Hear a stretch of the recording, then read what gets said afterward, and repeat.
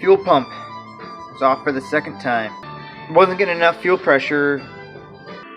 Looks like it was just crudded up. I mean, like you can see that. Yeah. I don't know. It's not helping anything, and the inside of this was just filled with crud, and I had already cleaned this out once before, so it must have picked up some stuff from the tank.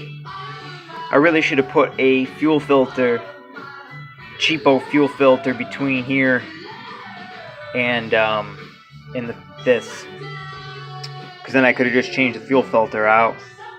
But yeah, my mistake.